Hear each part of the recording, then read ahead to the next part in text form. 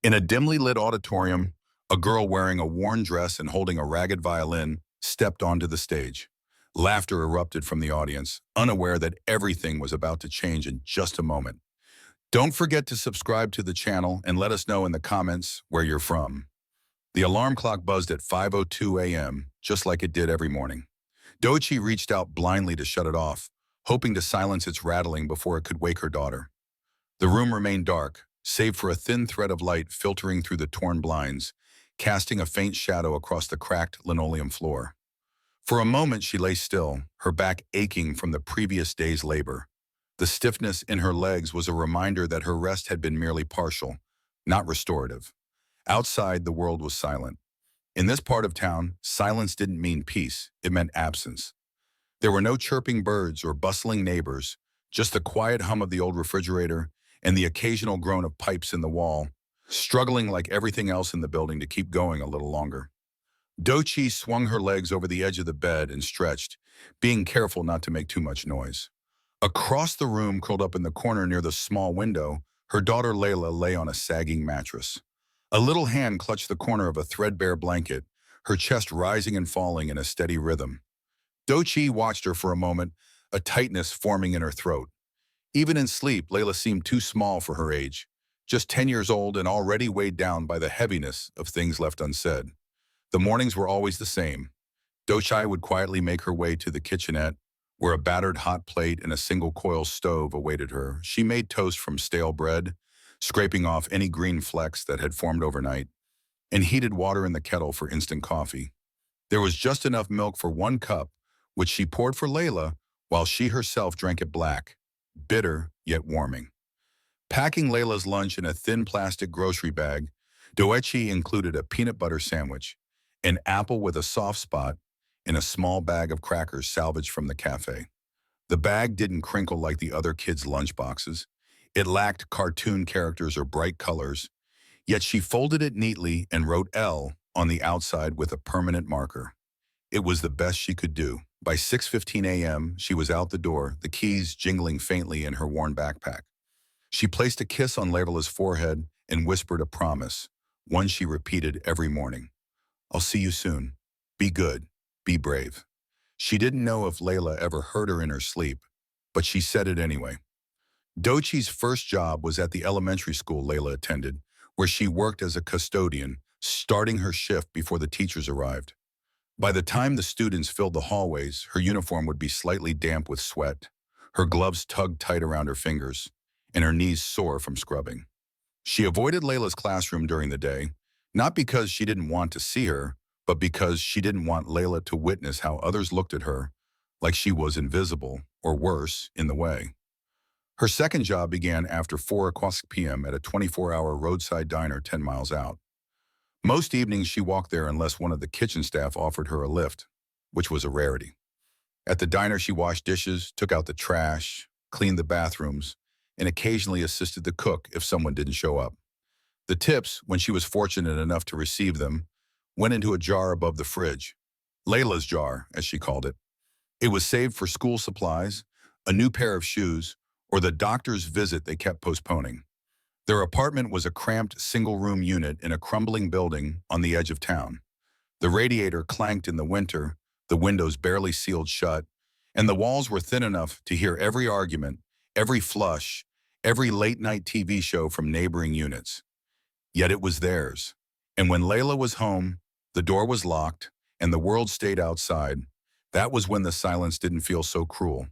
Layla was a quiet child, but her silence wasn't the same kind born from shyness. It was thoughtful, introspective, like she was always listening for something that hadn't yet arrived.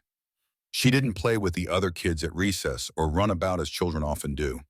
Instead, she sat beneath the same tree each day with a notebook on her lap, scribbling lines, doodles, and words she rarely shared. Sometimes when Doichi came home from work and stood just outside the door before turning the knob, she could hear faint humming from inside. It wasn't a song she recognized. It was slow, careful, almost searching.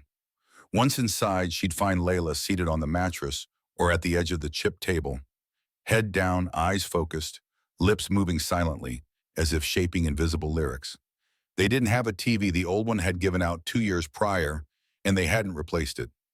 Instead, Layla listened to music on Dochi's cracked phone. Her favorite songs weren't from the radio. They were instrumentals, string quartets, haunting piano solos, movie soundtracks devoid of words. Dochi didn't know much about music, but she could tell that Layla wasn't just listening, she was learning. One day in early October, as the air began to turn crisp and the sun set earlier, Dochi and Layla walked home from the bus stop. They passed by a pawn shop they had walked by 100 times before, but this time something in the window made Layla stop short. Dochi turned to see what had caught her eye. It was a violin nestled behind the glass in a dusty case lined with red velvet. Its wood, dulled with age, still held an air of elegance. The strings appeared intact. The bow was tied with frayed horsehair, and the chin rest, though worn, was usable. It wasn't new, it wasn't beautiful, but to Layla it was magic. She didn't speak, her eyes locked on it, witidui and unblinking. Dochi noticed the way her daughter's fingers twitched, as if reaching for something they had never been taught to hold. "Do you like it?" Dochi asked gently, even though she already knew the answer. Layla nodded slowly. They stood there for another minute before continuing home.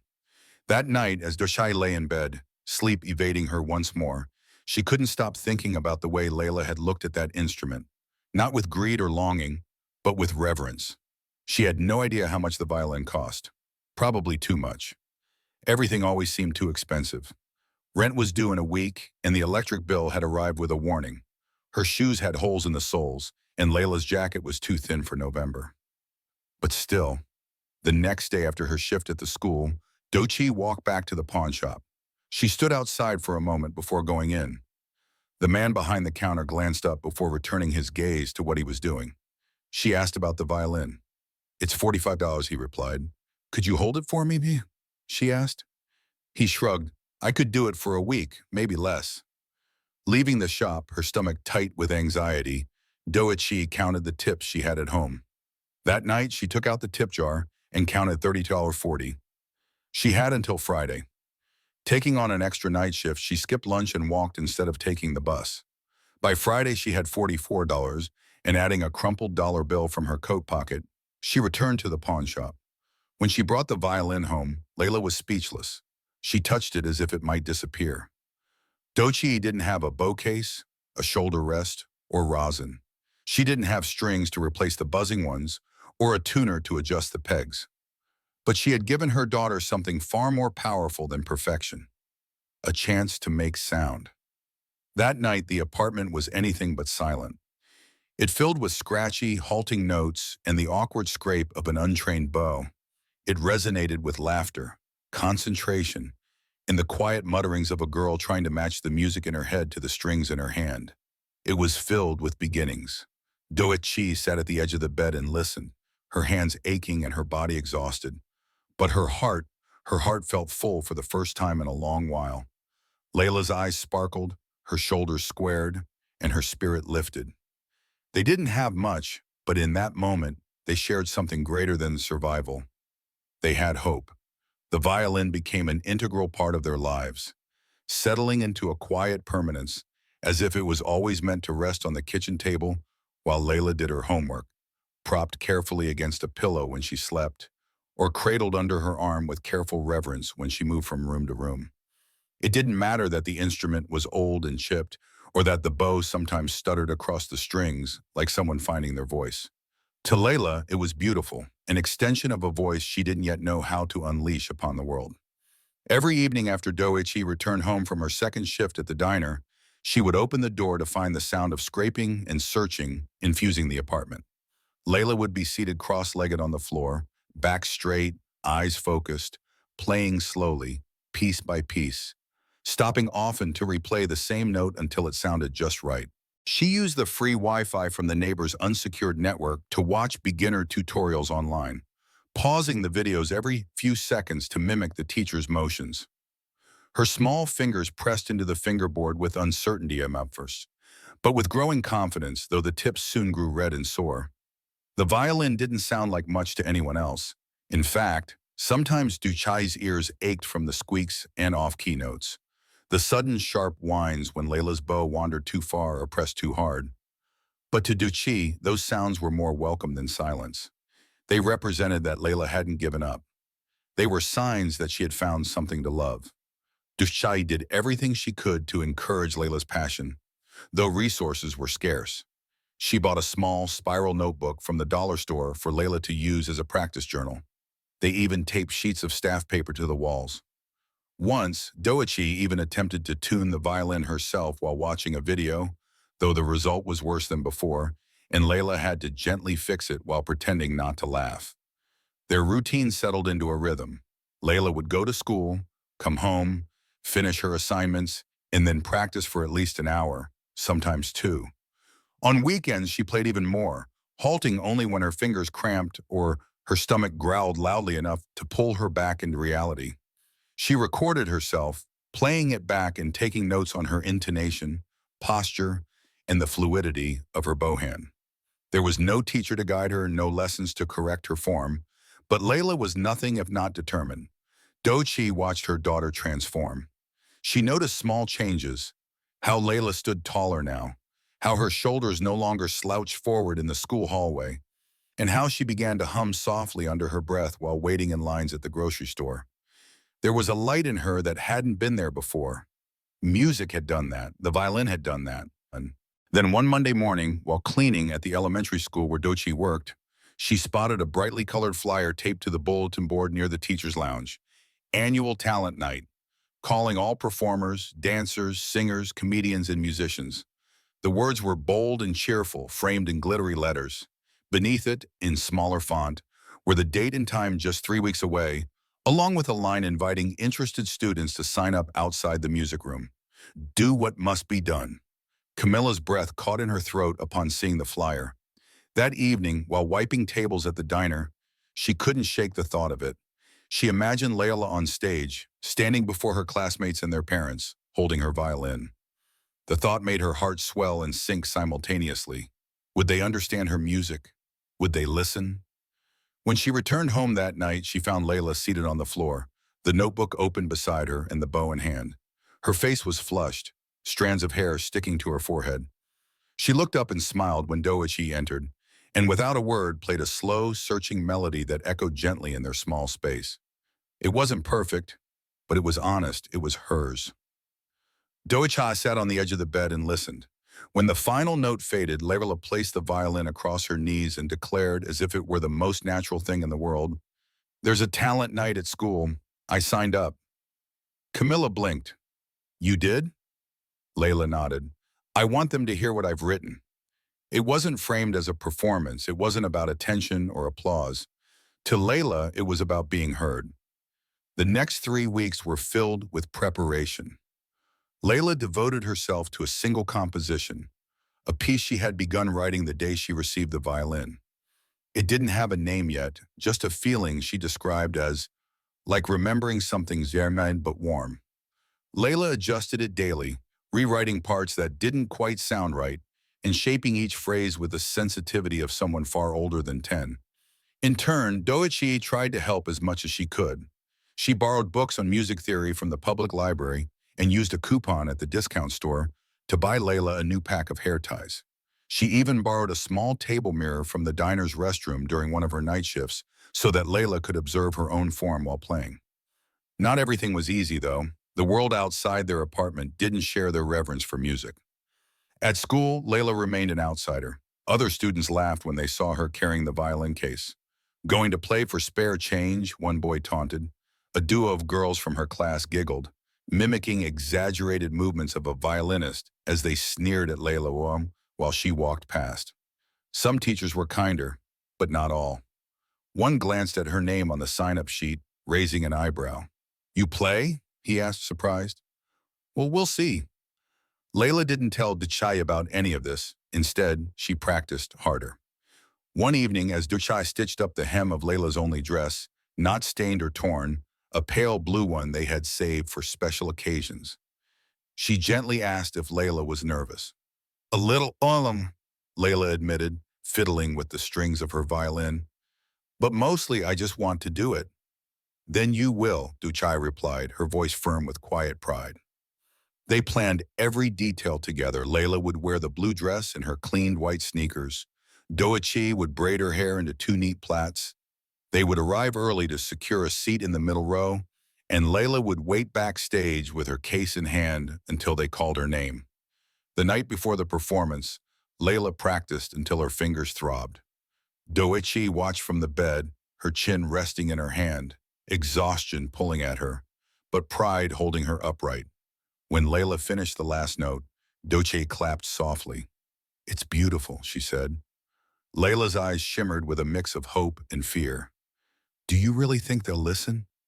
Doichi hesitated for a moment and then smiled.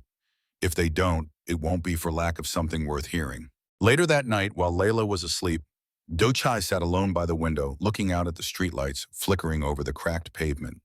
The city was quiet, too quiet. She thought of all the things she hadn't been able to give her daughter: money, security, a home that didn't feel like it was crumbling from the inside out. But she had given her a violin. She had given her a voice. And in less than 24 hours, Layla would use it. Doichi prayed that someone would be listening. The day of the performance crept closer, like a slow-moving shadow stretching across each evening, growing heavier with every hour. Layla's world condensed into the rhythm of preparation. Wake up, school, homework, violin. Her days blurred in a quiet intensity, the kind that makes even a child move as if on a mission. Her composition began transforming from a mere collection of notes into something with a soul. And the melody, once uncertain and stumbling, matured into something haunting and intimate, the kind of piece that could pull listeners into a place without words. Layla called it the Hollow Tree, though she didn't tell anyone why, not her mother, not her teachers. It was hers, born of loneliness, hope, and all the things she didn't know how to articulate aloud. Every evening, their small apartment transformed into a practice space. The kitchen table became her stand, her notebook open beside a chipped mug filled with water. The violin case, frayed at the edges, sat permanently on the floor near her chair. She drew the bow across the strings, gentle at first, adjusting her grip and repositioning her feet. Layla practiced with such intensity that she often forgot to eat. Dochi would gently place a bowl of soup beside her, only to find it untouched an hour later, cooling to room temperature, while Layla chased the music in her head. Moments of frustration arose, notes that didn't ring clear, and passages that remained stubbornly unresolved. Layla would clench her teeth and start over, sometimes repeatedly, until the melody finally obeyed her hands. Her fingers developed small calluses. Her bowing became more fluid and her posture more confident. One painstaking hour at a time, she was teaching herself to be a musician. Doichi watched with a mix of admiration and fear. She could see the devotion in her daughter's eyes, the way they flickered with focus, how Layla would hum quietly to herself before starting a phrase. But she also noticed the way the world outside their apartment stared with suspicion, the way whispers followed Layla through the school's hallways. It wasn't just the violin or the music, it was Layla's presence, her refusal to shrink or disappear. In a place like theirs, that refusal often invited cruelty. One afternoon, a neighbor pounded on the wall and shouted, "Turn that racket down! Some of us work nights!" Layla stopped playing mid-note, her bow frozen in the air. Her shoulders tensed, her eyes darted toward the door, and for a long moment, she didn't move. Doichi, drying her hands in the kitchen, walked over, knelt beside Layla, and gently turned her chin until their eyes met. "Keep playing," she said softly but firmly. "This is your house too." Layla nodded slowly and lifted the bow again, but moments of doubt began to creep in.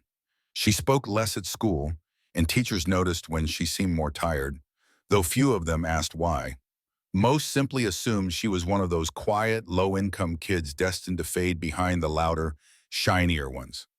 One music teacher, a short man with thick glasses and a clipped way of speaking, looked at her skeptically as he reviewed the talent show roster. "So you're the violinist?" She nodded, self-taught. When she confirmed it again, he frowned. "Well, just make sure you tune it beforehand. No one likes squeaky strings." Layla thanked him politely and walked away, but the comment sat heavy in her chest like a stone. Even the students who usually ignored her now began to notice. Two girls in the hallway blocked her path one morning, staring at her violin case with exaggerated puzzlement. "What's that? A suitcase?" one asked. "No," the other chimed in. "That's her magic wand. She's going to wave it and make all the rats dance." Layla walked past them in silence, clutching the case tighter. Refusing to cry where they could see her later that night as she practiced alone, she drew her bow with more force than usual, the sound cracking like a scream. Doche noticed the change. The music sounded angrier, more urgent. She asked Layla if everything was all right, but Layla merely nodded, her eyes fixed on the floor. Dochi didn't press. Instead, she placed a hand on her daughter's back, silently witnessing her pain and perseverance. Despite the discouragement, Layla kept pushing forward. Her performance piece evolved into something sharper, more personal. The opening, once soft and tentative, now carried a quiet defiance. The middle section soared higher, bending and pulling like a voice learning how to shout. And the end, oh, the end, a single held note that lingered just long enough to break the silence that would surely follow. Dochi did everything in her power to prepare for the night. She retrieved Layla's only dress from the back of the closet and carefully washed it by hand, laying it across the radiator to dry. She polished Layla's shoes with an old sock and a dab of cooking oil. She braided Layla's hair the way she used to when Layla was younger, weaving the strands tightly and evenly. Layla requested nothing extravagant. "Just enough. I don't want to look like I'm trying too hard," she said. On the morning of the show, Layla woke up before dawn. She tiptoed into the kitchen, opening her violin case and inspecting every part. Strings, bridge, pegs, bow. She tightened the bow slowly and methodically, then played a few scales with her eyes closed, letting the notes fill the space around her like a protective charm. Doichi prepared breakfast, oatmeal with brown sugar, a rare treat, and they sat together in comfortable silence. Occasionally, Layla glanced at the clock, though she wasn't nervous, at least not exactly. She was waiting. Once they arrived at the school auditorium that evening, the room was already bustling with energy. Students in sequin dresses and press slacks flitted about backstage, giggling and adjusting costumes. Parents filled the folding chairs in the audience, holding bouquets and phones ready to record. Teachers stood near the entrance, checking the program and coordinating volunteers. It was noisy, colorful, and chaotic. Dochi guided Layla through the crowd, her hand resting lightly on her shoulder. They found a seat near the middle, and Doichi kissed Layla's cheek before she went backstage with the other performers. Layla's name was printed near the bottom of the program, just above a dance troupe and a comedy skit titled "Dads Say the Darnest Things."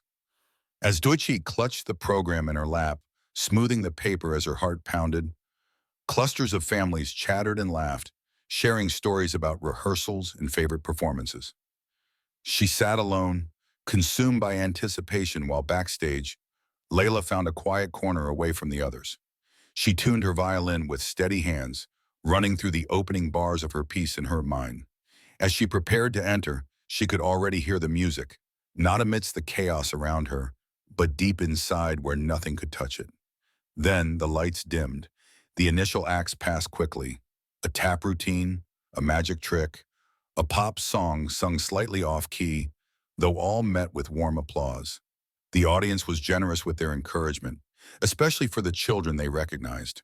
When someone stumbled on stage, people chuckled kindly, and when another forgot their lines, the crowd clapped louder in solidarity. It was a shared celebration. But when Layla's name was called, the energy in the room shifted. She walked onto the stage slowly, her violin at her side. Her dress swayed around her knees and her braids framed her face. Stopping in front of the microphone, she adjusted the stand with careful hands. Then she lifted her instrument and took a deep breath. Silence. Layla raised her bow and the first note rang out, soft, a whisper of sound that cut through the stillness. Her hands trembled slightly at first, but she quickly found her footing. The melody unfolded, drawing the audience into its rhythm and its ache. It wasn't perfect. Some notes wavered, one string buzzed, but there was something raw in her performance. It didn't seek praise but presence, yet the room remained indifferent. A cough echoed from the back row, a chair creaked as someone shifted. Two boys in the front whispered to each other and snickered, and a woman beside Doichi rummaged through her purse, unwrapping a stick of gum loudly. One of the judges glanced at his phone, typed a message, and looked away. When Layla finished, no one clapped. No one moved. She stood there, her bow still raised, the final note hanging in the air like a question left unanswered. Slowly, she lowered her arm and bowed exactly as she had practiced before turning to leave the stage. Dochi's heart sank as she watched Layla's face. The quiet triumph that had filled her eyes the night before was gone, replaced by something shuttered and smaller. Her chin dipped, shoulders folded in, and she retreated into herself, hiding the flame that had once burned so brightly. Dochi longed to run to her, to gather her in her arms, to scream at the crowd for not seeing what she saw, for not hearing it. But she sat frozen in her seat, the program clutched in her hands, her heart splintering under the weight of her daughter's silence. In that moment, she feared that Layla might never pick up the violin again. Layla didn't cry when she came off the stage. Her hands remained steady as she placed the violin carefully into its battered case, clicking the latches closed with the precision of muscle memory. She sank down onto a folding chair behind the curtain and folded her hands in her lap, her eyes unfocused, her expression still.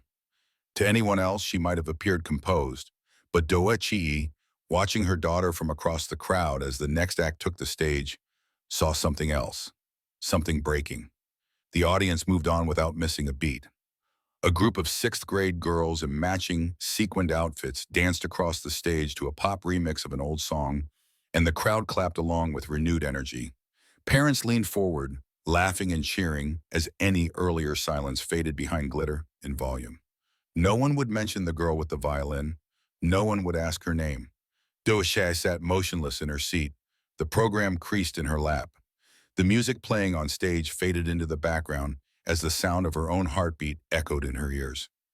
The silence that followed Layla's performance was not born of awe or reverence. It was cold, inattentive, a silence that screamed, "We don't care." Her fingers gripped the edges of the program until the paper tore. She wanted to bolt backstage, to wrap her arms around Layla, to tell her how magnificent she was and that they were wrong. But something held her back, not fear or shame, but a profound sense of paralysis. After years of shrinking herself, trying to blend in, trying not to draw attention, now her daughter had stepped onto that stage with the courage of a lion, yet no one had noticed. As the lights dimmed with the final act, the principal approached the stage to thank the performers. A round of applause followed, and as parents began to gather their coats and bags, chattering about dinner plans and traffic, Dochi pushed through the crowd, her eyes scanning the clusters of students backstage. Finally, she spotted Layla sitting alone on a folding chair, her case clutched to her chest like armor. When their eyes met, Layla did not smile, nor did she cry. She simply stood up and walked over quietly, slipping her hand into her mother's. Doechii squeezed it gently, unsure of what to say. She wanted to tell Layla that it didn't matter, that she was proud of her, and that silence didn't mean failure. But deep down, she knew those words would sound hollow. Layla needed something else, something Doechii wasn't certain she could provide. They walked home together through the cool night air. The wind tugged at their jackets, and leaves scraped across the sidewalk. Doechii glanced at Layla from time to time, hoping for a sign, anything. But Layla stared straight ahead, her expression unreadable, gripping her violin case tightly against her side. Once they reached their apartment, Layla went directly to her room and shut the door. Doechii lingered in the kitchen for a long time, unsure how to occupy herself. She boiled water for tea, then poured it down the sink untouched. She tried to read, but the words blurred together. Finally, she sank into the couch, listening. There was no sound from Layla's room, not even the creak of floorboards or the whisper of humming, only silence. Days turned into weeks, and that silence remained. Layla went to school as usual, did her homework, and ate dinner, but she didn't touch her violin. She didn't hum, nor did she scribble in her notebook or watch her music videos. The case sat unopened in the corner of her room like a forgotten gift. When Doechii asked if she wanted to practice, Layla would shake her head. "Not tonight," she'd reply every time. At school, the silence seemed to follow her too. No one brought up her performance. The teachers offered no feedback, and students shifted their focus to the next school event. One day, Layla overheard a boy in her class imitate a scratchy violin sound, eliciting laughter from his friends. Someone muttered, "That poor girl with the hand-me-down fiddle." Layla pretended not to hear. As Doechi observed her daughter retreating further, the spark that had once burned so brightly within Layla began to dim day by day. Doechi sought to reach her, to encourage her, and to remind her of the joy she had once found in playing. But Layla had folded inward. She answered in monosyllables, avoided eye contact, and disappeared into her own quiet. One evening, a few weeks after the performance, Doechi sat on the edge of Layla's bed, watching her daughter absently draw on a sketch pad. The violin still rested untouched in the corner. The room felt heavier than usual, as if the walls themselves were mourning something lost. "You know," Doechi began gently, "when I was your age, I wanted to be a writer." Layla looked up, surprised. Doechi rarely spoke about her childhood. "I wrote poems," she continued, "little ones I hid under my mattress because I thought they were silly. One day I showed one to my teacher. She read it, smiled, and then told the class it was sweet. Not good, not moving, just sweet," Layla said, finishing her mother's thought. "That's right," Doechi confirmed, her voice soft. "I stopped writing after that. For a long time, I thought it meant I wasn't meant to write." A long pause followed. "I don't want you to stop playing just because someone didn't know how to listen." Layla's lips parted as if to respond, but she pressed them closed again. She shifted her gaze to the sketch pad, then back to the violin case. That night, Layla didn't open it, but she left her door ajar when going to bed. Doechi took that as a positive sign. As days turned to weeks and Christmas quietly came and went, Doechi worked extra shifts to buy Layla a new rosin block and a small music stand. She wrapped them in a paper bag, tying it with a ribbon. Layla smiled when she opened them, but still didn't say much. The gifts remained on her desk rather than on display. Then, one frigid afternoon in January, while Doechi walked home from the diner with her fingers numb from the wind, she passed by the school bulletin board. A new flyer had been posted. City Youth Music Showcase, open auditions, ages 10-17, original compositions encouraged. The event was sponsored by a local arts foundation, and the auditions would be held in 2 weeks and were open to the public. Doechi stared at the flyer for what felt like an eternity, something stirring in her, a flicker of the fire that had nearly extinguished since that night in the auditorium. She tore the flyer from the board and folded it carefully into her coat pocket. That evening, she presented it to Layla. "I thought you might want to know," she said, placing the paper on the table. Layla examined it for a long time. "Why would they want to hear me?" "Because you have something worth saying," Doechi replied. Layla didn't respond, but later that night, Doechi heard the soft creak of the violin case opening. She held her breath, and then a note, just a single note, and then another, faint but present. It wasn't a song, not yet, but a beginning.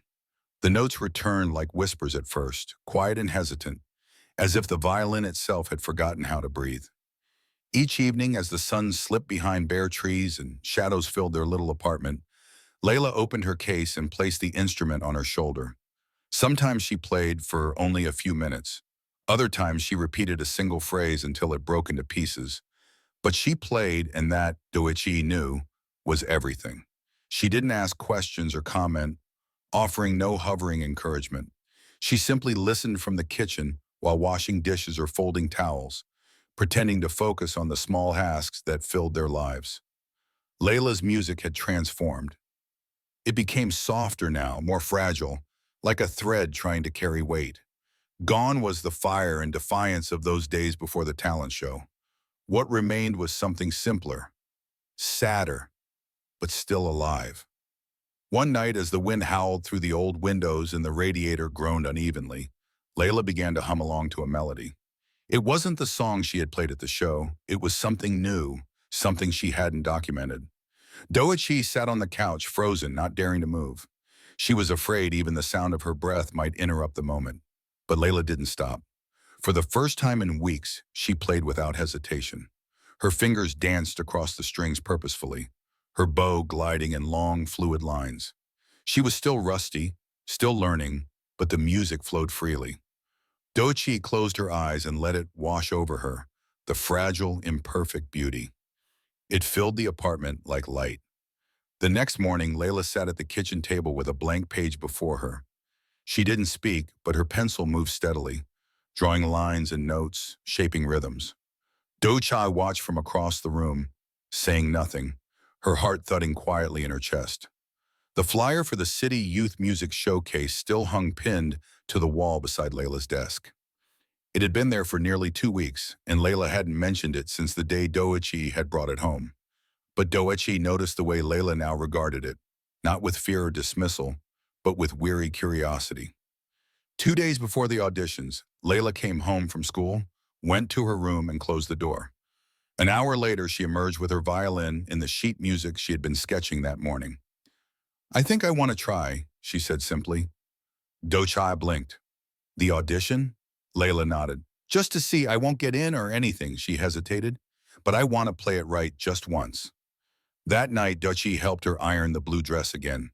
She cleaned Layla's shoes carefully, dabbing the soles with a wet rag. She packed a small bag with snacks, a water bottle, and the rosin block wrapped in tissue. The aim wasn't about winning or even about being heard by the judges. It was about reclaiming something that had been taken from her. They left early that Saturday morning, bundled against the cold. The auditions were held at a downtown community center in the cultural district, a part of the city Do-Chai rarely visited. The buildings were older but grander, with wide steps and carved cornices. The streets were clean, and the sidewalks were even. People moved quickly with purpose. Inside, the center buzzed with energy. Teenagers in dress shirts and pressed pants paced the lobby, warming up instruments, humming scales and tightening bows. Parents hovered with clipboards and water bottles, chatting in low voices. Layla looked small among them, her violin case slung over her shoulder, her second-hand dress flitting around her knees, yet her face was calm and focused. Do-Chai checked her in at the front desk, while Layla found a quiet corner to tune her violin. They waited nearly an hour, surrounded by waves of strangers. Do-Chai sat with her hands clasped in her lap, watching Layla without speaking. The girl who had once shied away from attention now wielded her violin like a shield, like a sword. She wasn't there merely to dazzle, she was there to speak. When her number was finally called, a volunteer led them down a short hallway to a set of double doors. Layla paused before entering and glanced up at her mother. Do-Chai smiled, placing a hand on Layla's shoulder, giving it a gentle squeeze. Inside, the room was quiet. A small panel of 3 judges sat behind a folding table near the far wall, clipboards in hand, and a video camera stood on a tripod nearby. There were no lights, no stage, just a circle of tape on the floor indicating where the performer was meant to stand. Layla stepped into the circle, nodded once, and lifted her instrument. The judges barely glanced up. One jotted notes on a form, another adjusted his glasses, and the third looked at her shoes with a faintly amused expression. Then she began to play. At first, nothing happened. The judges continued scribbling their pens against paper, but the music grew louder and fuller. Layla's piece, a simple melody, not complex in structure but rich in feeling, swelled and dipped like breath, moving with the cadence of longing. It was not perfect. One of her strings slipped slightly out of tune near the bridge, and her bow hand faltered once. But none of that mattered. In the second half of her piece, something shifted. The judge on the right, an older man in a gray wool coat and wire-rimmed glasses, lifted his head, tilting it slightly as he leaned forward. He stopped writing. His eyes followed her bow, her fingers, her face. When she reached the final note, held just a moment too long, a stillness filled the room. She lowered her violin and bowed, no applause breaking the silence. As they left the building, Layla didn't ask how it went. Do-Chai didn't try to interpret the judges' reactions. They bought warm pretzels from a street vendor and sat on a bench near the bus stop, watching cars glide down the clean city street. Later that night, back home, as Layla laid her violin gently into its case, she quietly remarked, "He looked at me." Do-Chai, washing dishes, paused. "Who?" "The old judge, the one with the glasses." He listened. Do-Chai smiled, though Layla couldn't see her. "I saw it." The next day, the call came. It was a Sunday morning when Do-Chai returned home from her overnight shift, her feet aching and her coat still dusted with snow. The message left on their voicemail was from an unfamiliar voice announcing that Layla had been selected for the showcase performance in the spring. They would be in touch soon. Dochi played the message 3 times before knocking on Layla's door. She didn't say anything. She simply held out the phone. Layla listened, her face expressionless. Then slowly her eyes filled with tears. Not the hot tears of shame or defeat, but the quiet kind that comes when something broken begins to mend. "They picked me?" she whispered. Dochai nodded. "Yes, they did." Layla stared at her violin case across the room and then back at her mother, still in disbelief. "I thought they wouldn't." "I know," Dochai said, "but someone heard you. Really heard you." For a long moment they sat in silence, the hum of the radiator being the only sound between them. Then Layla stood up, walked across the room and opened her case. This time she played, not just for herself but for the one who had listened. The morning after the call, the world somehow appeared brighter, as though something invisible had shifted. Snow still blanketed the ground in heavy drifts, and the air outside stung the skin just like it had the day before. But inside their little apartment, something was different. There was movement again. Purpose, a thread of joy so subtle that it could only be felt between shared glances, in the way Dichai poured Layla's tea and how Layla tied the laces of her boots without being prompted twice. They didn't celebrate with balloons or cake or phone calls to neighbors.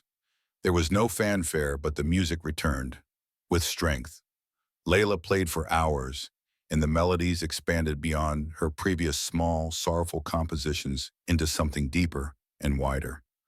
Her fingers danced across the fingerboard with a clarity that hadn't been there before, and when she played, her eyes didn't drop to the floor. She maintained her head high. She had found a place to belong. The invitation from the City Youth Music Foundation arrived by mail in a pale blue envelope with her name printed in fine black ink.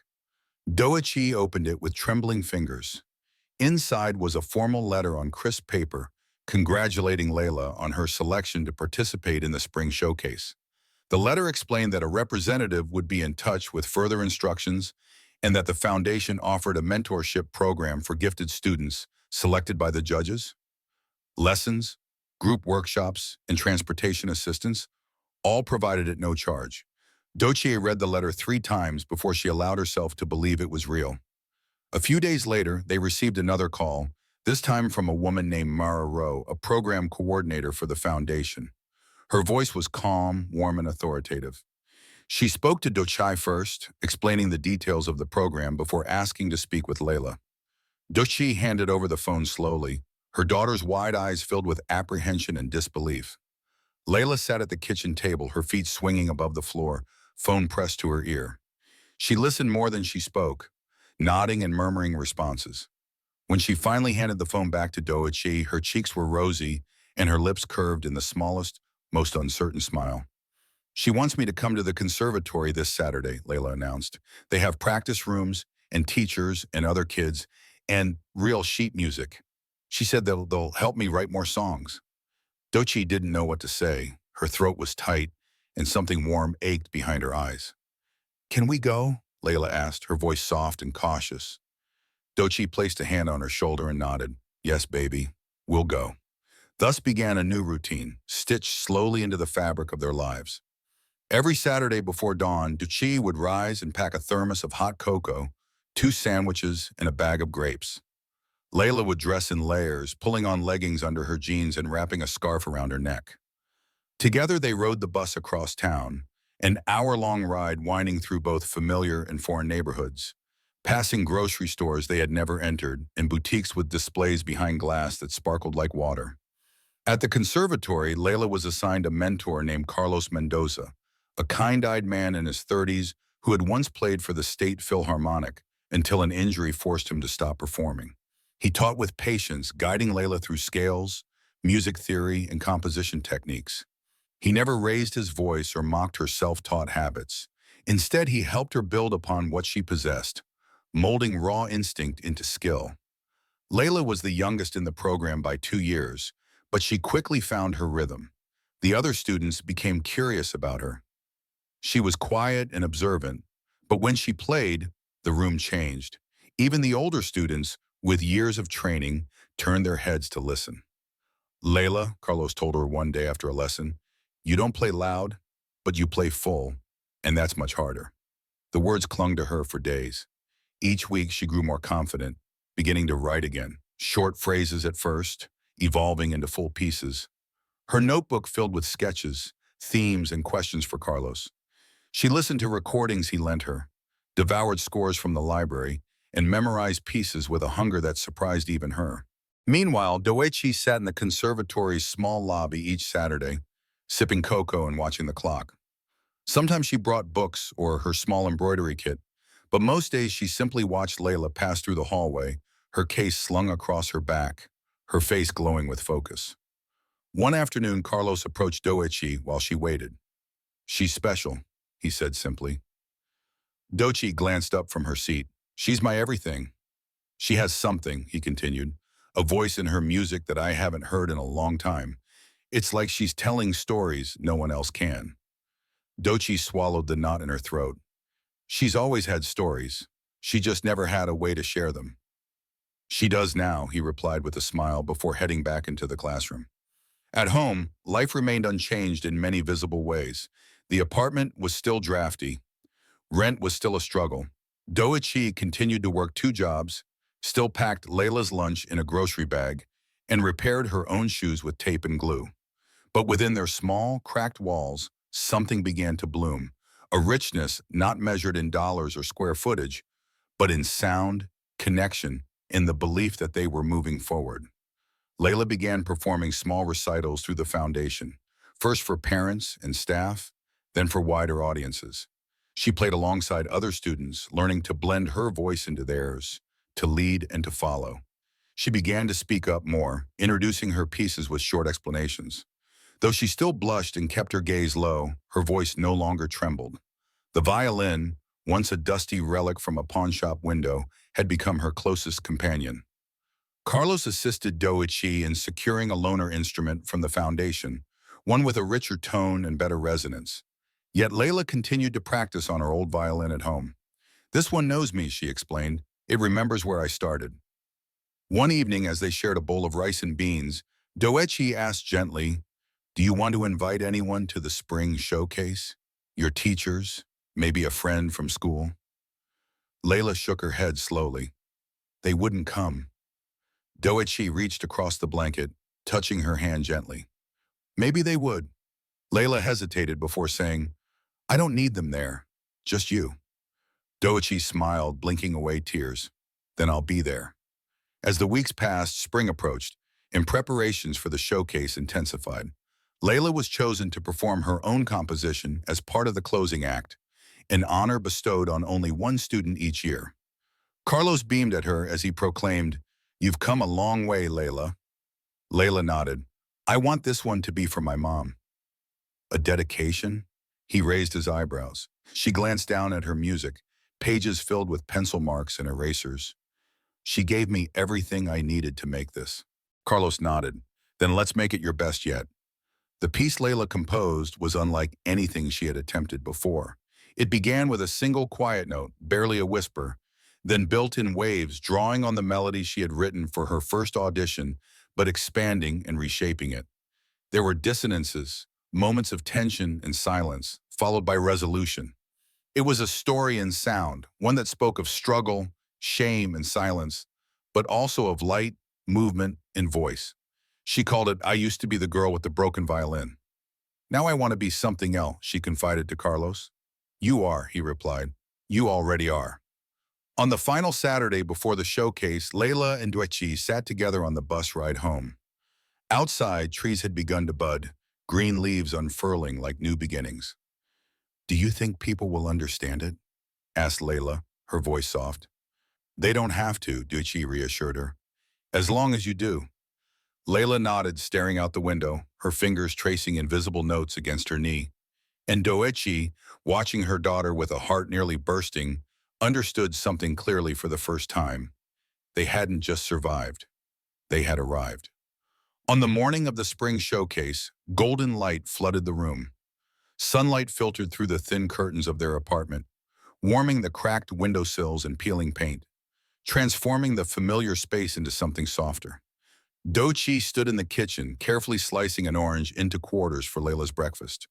Her hands felt slower than usual, her breath steady but shallow. It had been a long time since she'd awoken without the weight of work pressing down on her chest. Today was different. There were no shifts to cover, no customers to serve. Today, there was only this. Layla emerged from her room dressed in a simple navy blue dress they had found in a charity bin 3 weeks earlier. It fit her as if it were tailor-made, needing only a few small stitches at the hem and a careful hand with the iron. Her braids were neat, her shoes polished, and her violin case rested lightly in her hand as though it belonged there. They shared breakfast in near silence, exchanging glances but few words.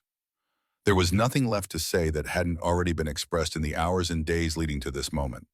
Doechie poured tea into a thermos and slipped it into her bag, along with tissues, safety pins, and a folded program printout sent by the foundation. She had read it a dozen times already, her fingers tracing Layla's name, positioned in the closing performance slot, still in disbelief and quiet pride. The city glowed with early spring warmth when they stepped outside. The air was cool yet inviting, the sidewalks glistening with dew from the night before. On the bus ride, they sat side by side, Layla gazing out the window as buildings zipped past in a blur of bricks and glass. Doechie kept her hands folded in her lap, her thoughts churning.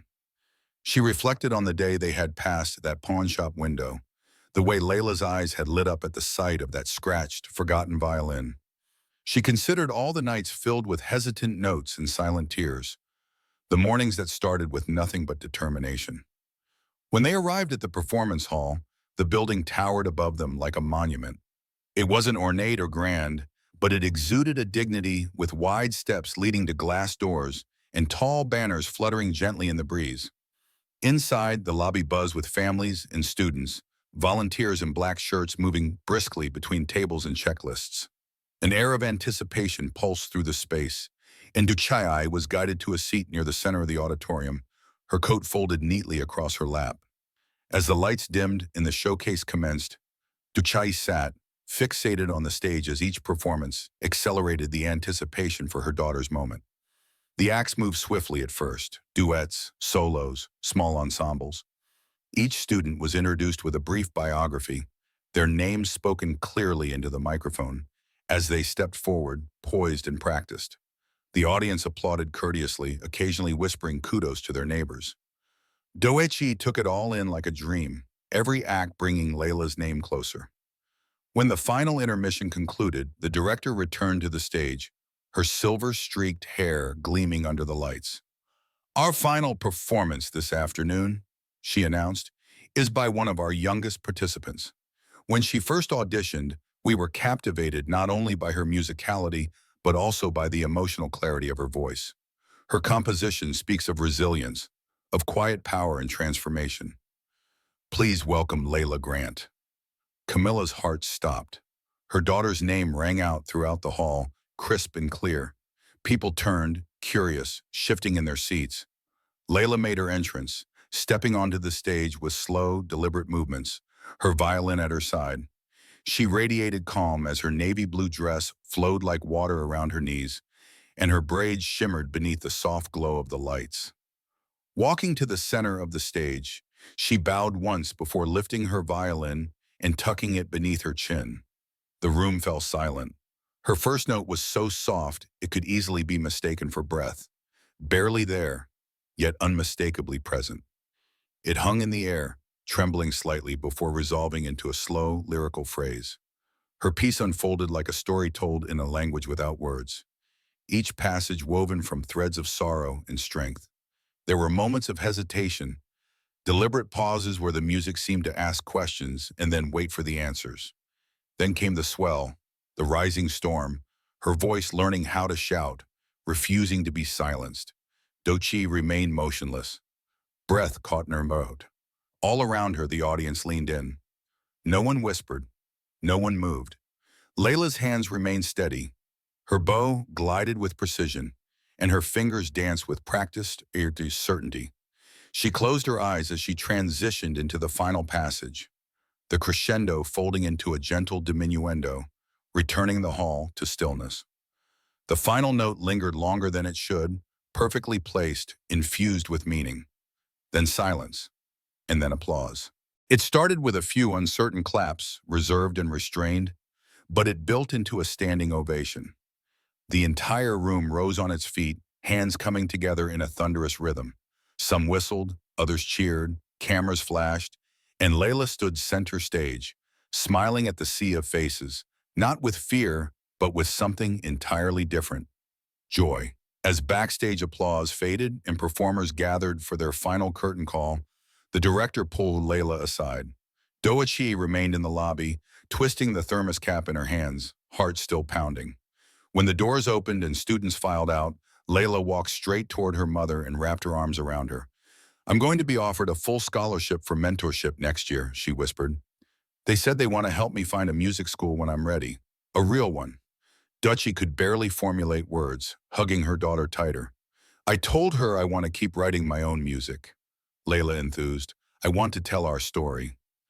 Dutchie pulled back, looking into her daughter's face. So young, so filled with light, yet carrying a depth garnered from navigating through silence and refusing to let it define her. "You already are," she affirmed. "You've already told it." Hand in hand, they left the building, walking slowly down the steps and into the pale light of early evening. The air smelled of spring, earthy and brimming with promise. The city stretched out before them, indifferent and vast. Yet for the first time, it didn't feel like something they had to survive. It felt open. On the ride home, Layla rested her head against the window, her violin case resting comfortably on her lap. They fell into a comfortable silence. Neither felt compelled to speak. This silence was no longer heavy. It was filled with meaning, understanding, and the echo of strings still vibrating in the air. Weeks turned into months. The apartment remained unchanged. The walls were still thin, the kitchen tiles cracked. Doechi continued to work hard, waking early and coming home late. But now, every Saturday, they woke before dawn to travel to the conservatory. Layla's name featured on recital rosters, program flyers, and whispered conversations between teachers. She was no longer merely the girl with the cheap violin. She was Layla Grant, composer, musician, and voice. At school, her classmates began to look at her differently. A few of them stopped her in the hallway after the performance video circulated online. One teacher asked if she'd like to perform at the spring assembly, while another offered her a book on modern composers. Layla didn't seek attention, but she no longer shied away from it either. One afternoon, while practicing alone in the music room after school, a younger girl lingered at the doorway. "I want to play like you," the girl said. Layla turned, startled. "I can't," the girl added quickly. "My mom says we can't afford lessons." Layla studied her for a long moment. "You don't need money to start," she said. "You just have to keep going, even when nobody claps." The girl nodded and Layla returned her focus to the violin, lifting her bow and drawing out the same first note she had once played in a silent auditorium long ago. Only now she didn't play for applause. She played to be heard. And for those still waiting for their moment, her music filled the room once again. Steady, full, alive. Subscribe for more stories, watch the next video, or explore others on the channel. And don't forget to share this one with someone who needs to hear it.